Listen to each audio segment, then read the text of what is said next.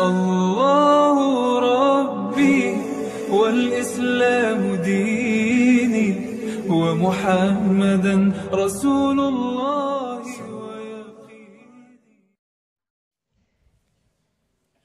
الحمد لله رب العالمين والصلاة والسلام على رسول الله الأمين نبينا وسيدنا محمد وعلى آله وصحبه وذرياته وأمته إلى يوم الدين. أما بعد، فيا عباد الله أحباب الله وأحباب رسوله صلى الله عليه وسلم، أوصي نفسي وإياكم بتقوى الله فقد فاز المتقون، فلا تموتن إلا وأنتم مسلمون. فقال تعالى: يا أيها الذين آمنوا اتقوا الله حق تقاته ولا تموتن إلا وأنتم مسلمون. نشهد أن لا إله إلا الله وحده لا شريك له، ونشهد أن محمدا عبده ورسوله الذي لا نبي بعده. Hadirin jemaah Jumat rahimani wa rahimakumullah. Mengawali ibadah Jumat ini, khatib ingin mengajak pada diri pribadi dan kita semua untuk meningkatkan syukur kita kepada Allah Subhanahu wa taala. Kita masih diberikan kesempatan untuk menunaikan ibadah Jumat berjamaah sebagai pembuktian keberimanan kita kepada Allah Subhanahu wa taala. Alhamdulillah, dari sekian hamba Allah yang masih hidup sampai dengan hari ini, kita masih diberikan kemampuan untuk beriman. Dan di antara sekian yang mengatakan dirinya beriman, kita masih diberikan kekuatan untuk membuktikan keberimanan kita kepada Allah dengan menunaikan ibadah salat Jumat di hari ini. Semoga Jumat kali ini dijadikan oleh Allah Subhanahu wa taala sebagai Jumat terbaik dari sekian Jumat yang pernah kita tunaikan. Hadirin, saat ini menjadi Jumat terakhir di bulan Syawal tahun 1446 Hijrah. Pembuka Syawal itu adalah penanda berakhirnya Ramadan. 1 Syawal menandakan Ramadan yang telah berlangsung selama sebulan, pendidikan spiritual, pendidikan sosial, pendidikan ibadah yang maksimal tuntas diselesaikan. Akhir Syawal menjadi penanda masuknya ibadah baru pada awal musim haji. Puncak hajinya di bulan Dzulhijjah, puncak utamanya saat wukuf di Arafah tanggal 9. Pembuka awal untuk persiapan keberangkatan dan penyiapan mental sebelum berangkat serta fisik itu diawali di bulan Syawal. Isyaratnya ditemukan di Al-Quran surah kedua Al-Baqarah di ayat 197. Al-Hajju asyurum ma'lumat. Haji itu disiapkan keberangkatannya menuju puncaknya dari bulan-bulan yang sejak dulu telah dikenal. Asyur itu jamak qillah, bentuk jamak menunjukkan pada hitungan sedikit, 3, 4, 5. Nah, biasanya di kalangan masyarakat Arab untuk persiapan haji itu minimal setidaknya 2-3 bulan sebelumnya. Jadi kalau bulan 12 itu menunaikan haji, maka bulan 10 sudah siap-siap. 10, 11, 12. Bulan 10 itulah Syawal. Jadi kalau kita melihat sekarang sudah mulai persiapan, ada yang berangkat, petugas ada yang berangkat, sebagian bahkan yang umrah sudah tidak diperbolehkan masuk lagi. Maka demikianlah sejak dulu itu berlangsung persiapan untuk menunaikan ibadah haji, sehingga berlangsung secara teratur, tertib, nyaman dilakukan. Yang penting kaitan dengan Jumat ini, bila kita melakukan riset, penelitian secara mendalam, ada korelasi hubungan yang erat antara tujuan Ramadan dan juga puncak penunaian ibadah haji. Ketika Ramadan telah selesai, mengantarkan kepada haji, maka akhir puasa ditandai dengan raihan takwa, mengawali haji pun dimulai dengan bekal takwa. Kita ketahui Al-Quran surah kedua Al-Baqarah di ayat 183. Ya ayyuhalladzina amanu kutiba alaikumus siyam kama kutiba alal ladzina min qablikum la'allakum tattaqun. Hai semua orang yang telah menyatakan dirinya beriman kepada Allah, buktikan keimananmu itu dengan menunaikan perintah diwajibkan untukmu menunaikan puasa seperti orang dulu pun menunaikan puasa. Dengan penunaian puasa itu diharapkan kalian sukses melewatinya, mampu meningkatkan takwa. Jadi ciri keberhasilan orang puasa itu takwanya meningkat. Baik takwa secara spiritual, hubungan dengan Allah, sholatnya menjadi lebih bersemangat, meningkat. Baca Al-Qurannya lebih semangat. Tidak harus di-compare, dibandingkan dengan saat Ramadan, terlalu jauh. Ramadan bisa khatam 3 kali, Ramadan bisa khatam 4 kali, Ramadan bisa khatam 2 kali. Bandingkan dengan sebelum Ramadan. Sebelum Ramadan baca cuma 1 lembar misalnya. Pasca Ramadan jadi 2 lembar. Sebelum Ramadan jarang tahajud, pasca Ramadan senang tahajud. Peningkatan spiritual. Ada peningkatan ibadah sosial, baik di keluarga, di lingkungan masyarakat, senang berbagi, yunfiquna fis sarai wad dharra, berubah secara emosional, wal kadhiminal ghaidha, mampu mengendalikan emosi dengan baik, wal afina 'anil nas, menjadi pemaaf, berkasih sayang dengan manusia. Wallahu yuhibbul muhsinin, bertambah kebaikannya karena Ramadan dilatih jadi orang baik. Pasca Ramadan makin baik. Nah, kebaikan itulah secara spiritual, secara sosial, itu yang ketika selesai Ramadan ditampilkan bulan Syawal, maka dilengkapkan untuk bekal haji. Bagi yang haji diterapkan di tempat haji, yaitu pusatnya di Makkah Al-Mukarramah. Bagi yang tidak haji nanti diteruskan puasa lagi. Masuk dari awal Dzulhijjah, diperbanyak sampai ke tanggal nanti puncaknya 9. Maka mendapatkanlah kenikmatan takwa di dalamnya. Teruskan di ayat 197 surah Al-Baqarah itu. Al-Hajju ashhurum ma'lumat. فمن فرض فيهن الحج فلا رفث ولا فسوق ولا جدال في الحج وما تفعلوا من خير يعلمه الله وتزودوا فإن خير الزاد التقوى. Yang sudah siap-siap akan berangkat haji, kata Allah, silahkan disiapkan, cari bekal yang baik, jangan berkata kotor, sama dengan hadis tentang puasa.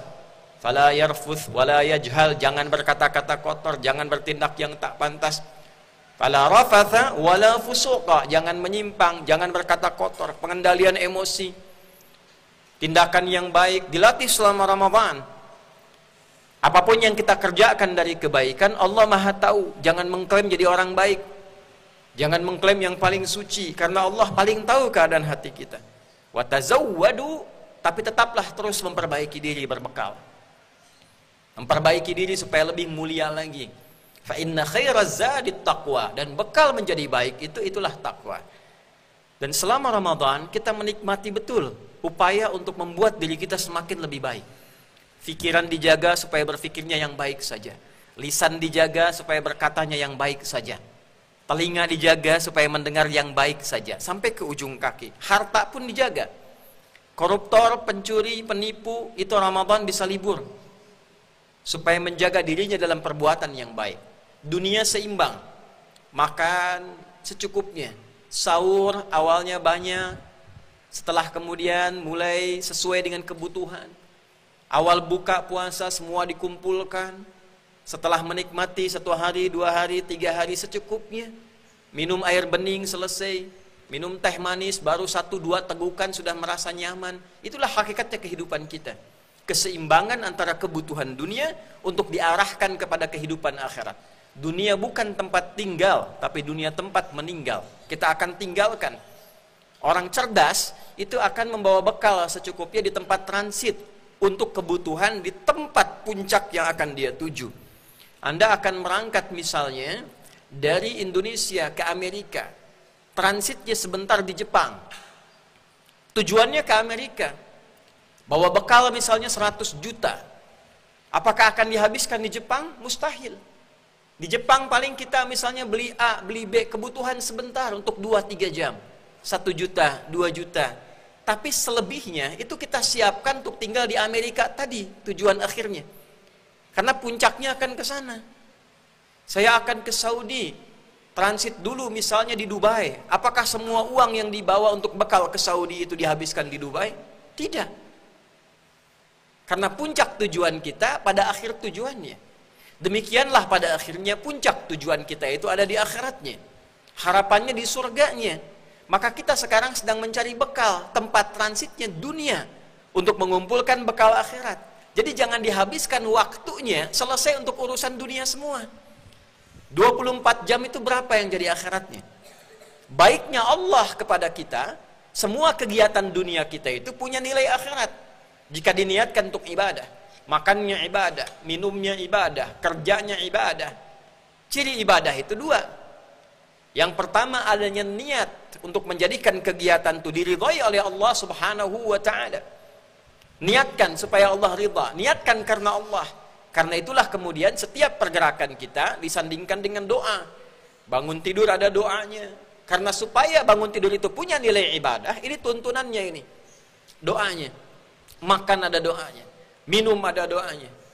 Tidak berdoa pun jadi rutinitas. Tapi dengan hadirnya doa, otomatis jadi ibadah.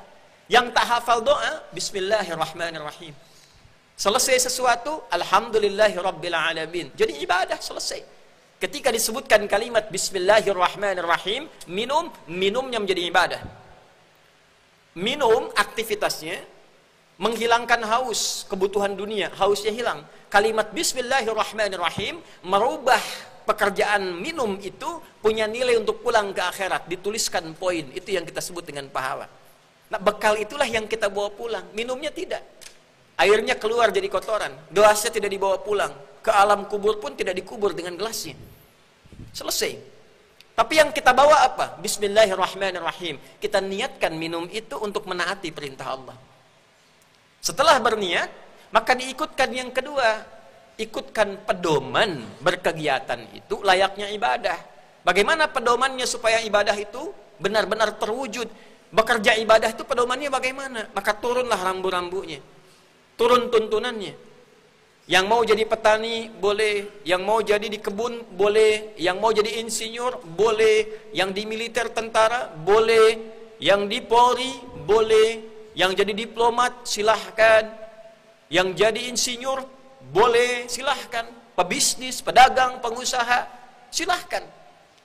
Kalau berniaga sekaya-kayanya, kalau cari ilmu sepintar-pintarnya, kalau kedudukan setinggi-tingginya, rambu-rambunya apa?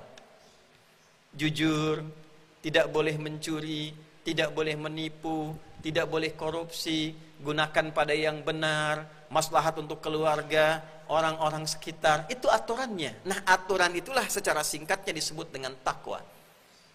Ada aturan spiritual, silahkan jadi pejabat sampai tinggi. Aturan spiritualnya apa? Jangan tinggalkan sholat.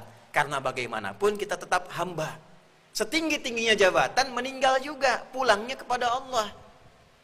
Apa yang menunjukkan kita itu hamba Allah? Aktivitasnya itu sholat. Innani anallahu la ilaha illa ana fa'budni wa aqimis salata li dzikri. Akulah Allah, satu-satunya Tuhan yang dipertuhankan dan disembah. Kalau engkau bertuhan kepadaku, kata Allah, buktikan kebertuhananmu dengan menyembahku. Tunaikan lewat sholat. Jadi sholat itu konfirmasi kebertuhanan kita kepada Allah. Ciri orang bertuhan Allah itu sholat. Nanti kalau meninggal, walaupun dia kaya, tinggi jabatan, pintar, tapi nggak pernah sholat, repot pertanggungjawabannya. Bekal akhiratnya kosong. Saat yang bersamaan, buktikan benarnya sholat dengan menampilkan nilai-nilai sosial yang baik. Inna sholata tanha anil fahsya wal munkar. Ini muslim, bagus. Cirinya apa? Sholat. Apa bukti berhasilnya sholat itu? Pribadinya menjadi baik. Tindakan-tindakan yang tidak baik, dia tinggalkan. Fahsya, keburukan yang bersumber dari syahwat. Maaf, pornografi, porno aksi, zina, LGBT, turunannya itu fahsya. Mungkar, tindakan yang diingkari, oleh nafsu. Ya, nafsu diikuti, diingkari oleh hati kita. Sumbernya nafsu, perut dan akal. Maaf, mencuri, merampok, membunuh, dan turunan-turunan lainnya itu mungkar. Menipu, berselisih, ribut, berkelahi, itu mungkar. Jadi orang sholat itu tak mungkin menipu. Orang sholat itu tak mungkin mencela. Orang sholat itu tak mungkin melukai. Ada rambu-rambunya. Intinya, sepanjang jadi muslim yang bertakwa, pasti jadi orang baik. Nah sekarang, dengan kesadaran itu, kita tinggal di dunia sebentar. Kita pasti akan pulang. Logika mengatakan bekal pulang harus lebih banyak kita siapkan dibandingkan dengan bekal transit. Pertanyaan besarnya, sudah seberapa banyak bekal kita siapkan untuk pulang? Bagaimana bekal spiritual kebertuhanan kita kepada Allah? Jangan-jangan sibuk mencari dunia, lupa dengan akhirat. Mulai tidak sholat, cari pekerjaan yang meninggalkan Jumat, hanya untuk mendapatkan sesuatu dari dunia yang sebetulnya sudah diatur. Ada lagi yang betul sholatnya bagus, kelihatan sholat, tapi lupa dengan nilai-nilai kebaikan yang dibawa dalam sholatnya. Sholat iya, tapi mencela juga dilakukan. Sholat iya, pengajian bagus, tapi juga saling berselisih. Sholat kelihatan iya, tapi korupsi juga, ada masalah. Nah yang paling berbahaya itu adalah ketika ada sifat merubah orientasi hidupnya, salah cara berpikirnya, menjadikan dunia seakan tempat tinggal, akhirat itu tidak ada orientasi untuk dia jemput. Dia memposisikan kehidupan itu dunia saja, akhirat belum pasti. Padahal Quran mengatakan wabil akhirati hum yuqinun. Orang takwa itu mesti yakin setelah meninggal ada kehidupan di akhirat nanti. Minimal kita punya harapan. Kalau tidak punya keyakinan, tidak ada harapan di situ. Kalau meninggal bagaimana? Nah ada orang yang berpikirnya terbalik dia. Dunia itu segalanya. Kalau sudah di dunia, maksimalkan. Akhirat belum tentu, setelah meninggal belum tentu. Ada yang demikian. Sehingga dia merubah cara berpikirnya, mumpung masih di dunia, ayo hidupkan kesenangan, ayo maksimalkan pesta, ayo cari dunia sebanyak-banyaknya. Wa ma yuhlikuna illa dahar. Kata orang jahiliyah, udah, nggak ada yang menghabiskan, menghilangkan kesenangan dunia kecuali kematian selesai. Sayangnya, diisyaratkan dalam beberapa hadis, bahkan ayat Al-Quran, kelak akan didapati orang-orang Islam ikut berpikir demikian. Bahkan saking cintanya dengan dunia, bukan hanya dia melupakan ibadahnya, tapi lupa juga berkasih sayang dengan sesamanya. Lupa membangun ukhuwah, lupa membangun persaudaraan yang baik, lupa saling tolong menolong, sibuk berdebat, sibuk berkelahi, sibuk saling menjatuhkan, lupa. Kalau Islam mengajarkan semua yang masih hidup itu punya harapan untuk jadi baik. Lupa kalau kita itu berbagi kedamaian, kebaikan, makanya disebut dengan Islam. Maka dikisahkan dalam hadis Nabi sallallahu alaihi wasallam secara singkat menutup khutbah ini, yushaku an tada'a 'alaikumul umam atau yushiku an tada'a 'alaikumul umam. Satu kali kata Thauban, asisten, salah satu asisten Nabi sallallahu alaihi wasallam, maula Rasulullah sallallahu alaihi wasallam, Nabi pernah menyampaikan, nanti akan tiba masanya posisi orang-orang Islam itu dikerubungi, dipermainkan oleh orang-orang yang memang tidak senang dengan kebaikan-kebaikan yang dibawa oleh nilai-nilai Islam itu. Kedamaian, ketentraman, keadilan semesta, kebaikan, toleransi yang tinggi. Kama tada'al akalatu ala qasa'atiha. Sebagaimana orang-orang itu berkerumun memperebutkan makanan. Orang lapar dapat piring makanan dikerubut tuh. Nah ada posisi orang Islam itu nanti diperebutkan demikian. Ada aliansi-aliansi besar, kekuatan-kekuatan besar melihat orang Islam, tempat di mana orang Islam tinggal yang mayoritasnya Muslim atau negara Islam, pokoknya nggak boleh berkembang. Ini jadi objek saja. Qala qailun amin qillatin bina yauma idzin ya Rasulullah. Ada yang menarik. Satu sahabat bertanya, "Ya Rasulullah, apakah jumlah kita sedikit pada waktu itu?" Sampai-sampai orang mudah mempermainkan itu orang-orang Islam. Bukan sebatas muslimnya, bukan. Tapi kayak nggak punya nilai. Tidak punya pengaruh, nggak punya karisma. Dipermainkan orang. Tidak punya harga diri. Nilai-nilainya tidak tampak dalam kehidupan. Apakah karena sedikit? Kata Nabi, bal antum yawma idzin katsir atau kama qala sallallahu alaihi wasallam. walakinnakum gutha'un ka gutha'is sail tunza'ul mahabbatu min qulubi aduwikum wa yuj'alu fi qulubikumul wahn atau kama qala sallallahu alaihi wasallam. Tapi justru jumlah kalian waktu itu akan banyak, kata Nabi, enggak sedikit, banyak. Cuma sayangnya terpecah-pecah seperti buih di lautan. Ya, ada ombak kena karang, puf, pecah jadi buih, jadi buih, jadi buih, pecah. Umat Islamnya sibuk saling menjatuhkan, saling mencela, saling merasa yang paling hebat, yang paling benar. Pengajian ini merasa lebih unggul, yang ini merasa lebih hebat. Yang teman satu sesama muslim ada kesalahan sedikit dijatuhkan. Gimana caranya harus terjatuh? Tidak melihat dampak-dampak yang baiknya. Dulu orang salah itu diperbaiki kesalahannya, bukan dijatuhkan namanya. Fir'aun itu se-Fir'aun-Fir'aunnya nggak pernah disebut namanya. Karena yang salah itu penyimpangan kedudukannya. Makanya disebutnya dengan Fir'aun, gelar yang melekat kepadanya, bukan orangnya, bukan namanya. Karena boleh jadi ada nama yang serupa, menempati kedudukan yang sama, tapi dia baik. Maka Islam tidak mengajarkan mencela nama. Karena boleh jadi, ada orang dengan nama yang sama, dia tidak melakukan perbuatan serupa. Kalau ada orang salah, dikoreksi kesalahannya dengan cara yang baik, bukan dijatuhkan orangnya. Itulah keindahannya. Nah, kita kehilangan itu, terpecah. Tapi yang paling berbahaya, apa penyebab perpecahan itu? Wahn. Apa wahn itu? Kata Nabi, wa mal wahnu ya Rasulullah. Kata sahabat, apa itu wahn ya Rasulullah? Kita tutup dan akhiri, hubbud dunya wa karahiyatul maut. Terlalu cinta, lekat diri dan hatinya dengan dunia, sehingga tidak siap untuk meninggal, tidak siap untuk pulang ke akhirat, tak punya bekal pulang. Semua lekatannya dunia. Sumber perpecahan itu orientasi dunia.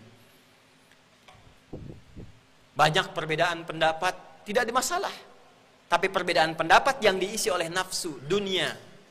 Karena popularitas, karena pengen banyak jamaah, karena materi dunia. Pebisnis ribut itu bukan karena beda tipe bisnisnya, beda kreativitasnya, bukan, karena dunianya. Omset saya harus lebih besar dibandingkan dengan dia. Maka bagaimana caranya dia jatuh supaya barang saya yang laku? Hubbud dunia. Padahal dia tahu yang ngatur rezeki itu Allah. Demikian di kedudukan, gimana caranya saya unggul? Lawan saya mesti jatuh. Maka dibuat citra seakan-akan ini tidak boleh muncul, ini tidak boleh berkembang, harus jatuh, saya yang muncul. Hubbud dunia. Dan lupa terkadang apa yang menjadi tantangan kita.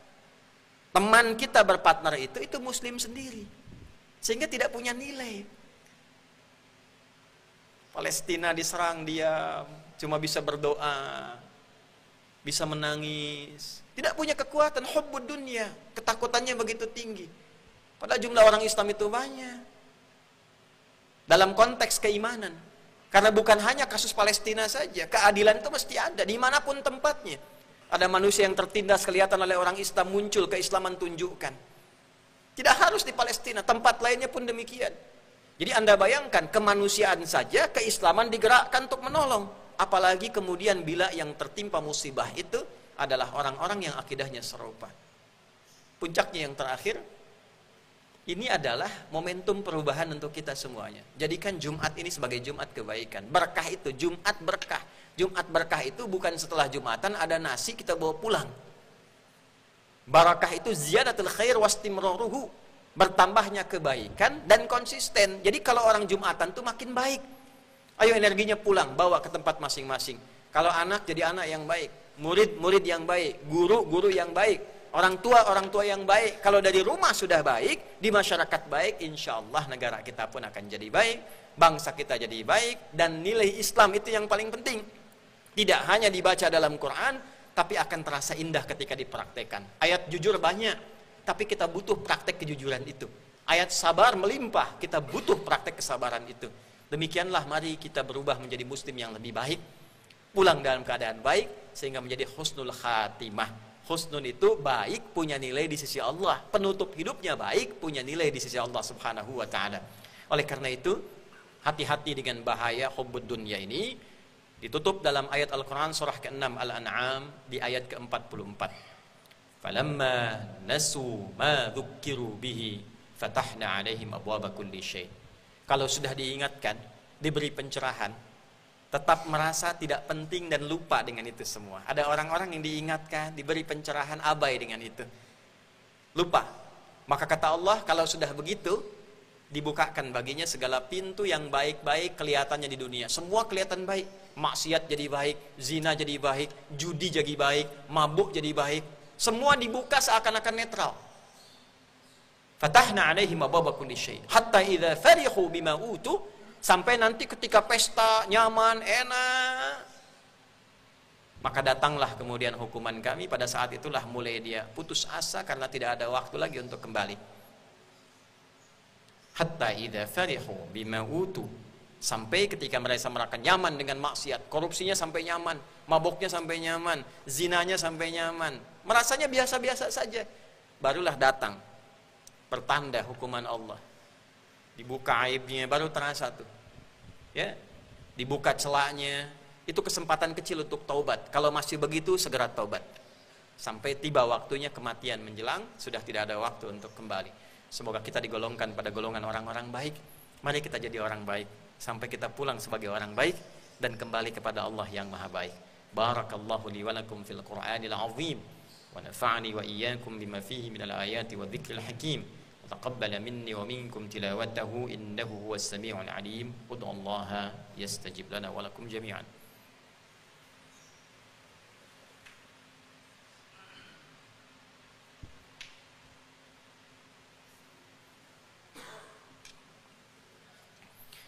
Alhamdulillah wassalatu wassalamu ala Rasulillah wa ala alihi wa sahbihi wa man walah.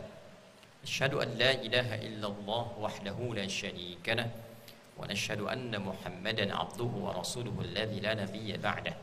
Allahumma salli wa sallim wa barik ala hadzal nabiyil karim wa ala alihi wa sahbihi wa dhurriyyatihi wa ummatihi ila yaumiddin. Amma ba'd, fa ya ibadallah أوصي نفسي وإياكم بتقوى الله فقد فاز المتقون فلا تموتن إلا وأنتم مسلمون. فقال تعالى يا أيها الذين آمنوا اتقوا الله حق تقاته ولا تموتن إلا وأنتم مسلمون. عباد الله، قال الله سبحانه وتعالى في قرآنه مذكرا لنا جميعا إن الله وملائكته يصلون على النبي يا أيها الذين آمنوا صلوا عليه وسلموا تسليما. اللهم صل وسلم وبارك على هذا النبي الكريم رسولنا المصطفى الأمين سيدنا محمد وعلى آله وصحبه أجمعين. اللهم تقبل منا إنك أنت السميع العليم وتب علينا إنك أنت التواب الرحيم. اللهم اهدنا صراطك المستقيم صراط الذين أنعمت عليهم غير المغضوب عليهم ولا الضالين. اللهم اغفر للمسلمين والمسلمات والمؤمنين والمؤمنات الأحياء منا والأموات إنك سميع قريب مجيب الدعوات ويا قاضي الحاجات. ربنا لا تدع لنا في مقامنا هذا وفي كل مقام ذنبا إلا غفرته ولا هما إلا فرجته ولا دينا إلا قضيته ولا مريضا إلا شفيته ولا حاجة من حوائج الدنيا والآخرة فيها لك رضا وفيها لنا الصلاح إلا قضيتها يا أرحم الراحمين. اللهم اخفض بلادنا أندونيسيا واجعلها بلدة طيبة وأنت ترضاها، واخفض يا الله أمراءها ورؤساءها واجعلهم يا الله عدلاء ليخففوا حسابهم يوم القيامة يا أرحم الراحمين. واجعل علماءنا علماء المخلصين لك الدين. اللهم منورين يا الله، منورين المسلمين يا أرحم الراحمين ليقربونا يا الله إليك يا أرحم الراحمين. ربنا آتنا في الدنيا حسنة وفي الآخرة حسنة وقنا عذاب النار. بارك هذه المدرسة وأخيارها مع الأميرة يا أرحم الراحمين كما تحب وترضى. وصلى الله على سيدنا محمد وعلى آله وصحبه أجمعين وآخر دعوانا أن الحمد لله رب العالمين. عباد الله، إن الله يأمر بالعدل والإحسان وإيتاء ذي القربى وينهى عن الفحشاء والمنكر والبغي يعظكم لعلكم تذكرون ولذكر الله أكبر والله يعلم ما تصنعون. أقيموا الصلاة يرحمكم الله.